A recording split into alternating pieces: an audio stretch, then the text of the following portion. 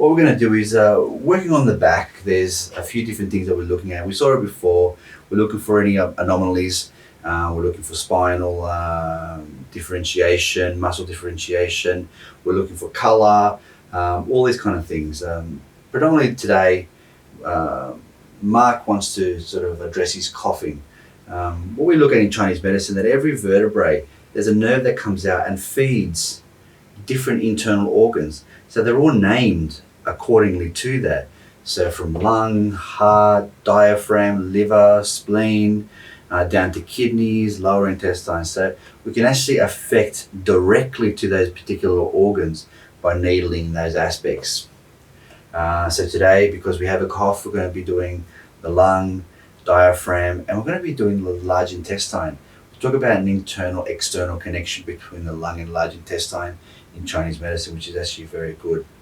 At that point, we're going to do a lot of cupping, drawing up a lot of those sort of stagnancies and what have you. You may come up with some color. We've done a fair bit of cupping before, and we find that the colors already started to dissipate. We're not getting as much color as previous. Cupping, we look at it and draw out some of those aspects, getting dark colors initially, but as we keep on going, it gets lighter and lighter and lighter. So let us start. I've cleaned down the back prior to this. There's a few different ways that one can needle. You can needle with a tube or without a tube as such.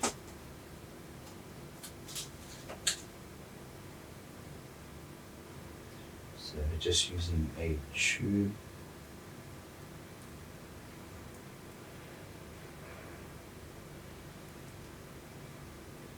So the initial points that we call Huato Jiaji or Jiaji points, and just lateral to that, we're going to be using the points. Always taking into consideration the depth of our needles and the angle that we're having them. There's other modalities that use needles, and less of that is being used. We are always on the aspects of using the most safest methods for our clients. And using it on an angle is very good. Some of them will start getting a reaction of redness around the points, which is actually a very good indication that we're in the right place. Redness sometimes indicates inflammation or some sort of bad things, but in this particular case, actually a very good component. Is there any pain? No. Excellent. So always making sure that we reassuring, making sure that we can make the person feel as comfortable as possible.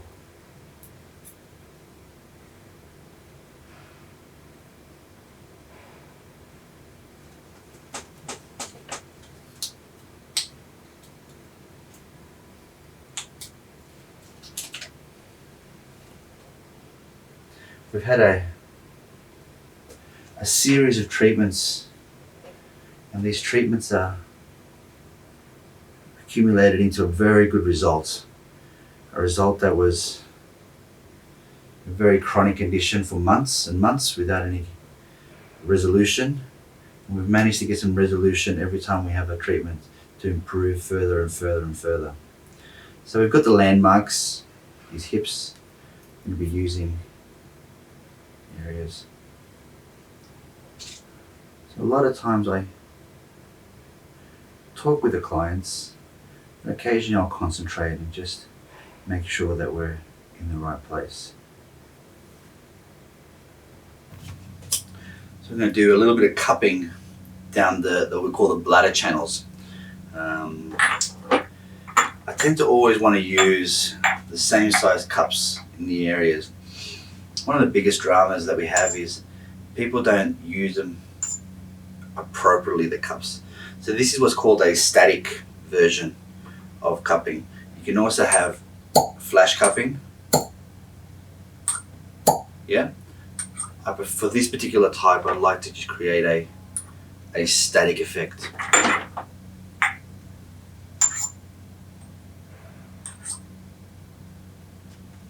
A lot of people see this and think that it's a very painful technique.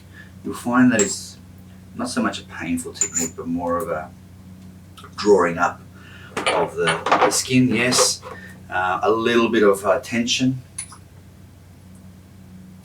I go to the outer layers as well. So it looks like a lot, but it's actually not that many. We're looking for color changes within the cups. We have like either pink color, purple color, white spots, and in really bad situations, occasionally getting some blisters. That's why I always like to stay with the patient for as long as possible.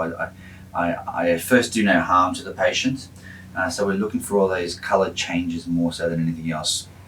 Some people come in and request wet cupping, and wet cupping is when we will prick the skin a little bit and use the cups. I tend to use more disposable cups for that aspects, where these are being sterilized and cleaned, but because there is an incidence of blood, we're going to just throw them away appropriately. It's much easier to do disposable cupping when we're doing wet bleeding or wet cupping as such.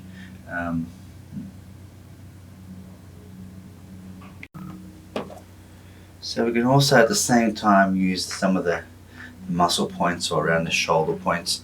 Let's say like cupping can go anywhere down the body. I'm going to do one on the shoulder as such. Some of these are difficult to stay on. On occasions, if someone's got a lot of hair, we put a little bit of oil just for it to stick better. You can see that they stay fairly firmly in position.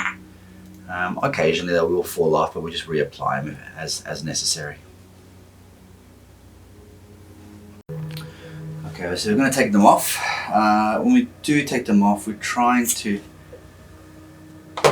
away from the body, and we're looking for color changes. I can already see that here on the left hand side is a little bit of extra darkness. A couple of weeks ago when we were doing these cupping, all of these were very dark. Now there's not much darkness left. The reason why we're doing the cupping is, we talk about coldness being trapped inside the lungs. So predominantly it was a treatment for someone having excessive coughing. People are now having a lot of issues with coughing during COVID and what have you.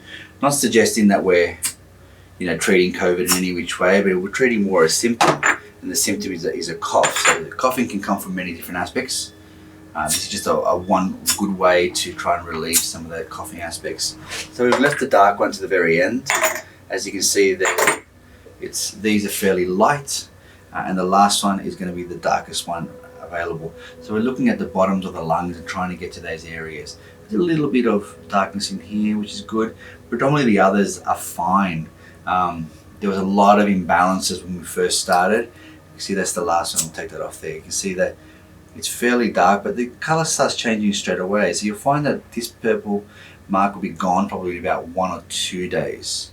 I've seen other ones a lot worse. I've seen ones with little dots of blisters and what have you. I try not to get to that level, just because we don't want to be dealing with blisters as such more than anything else.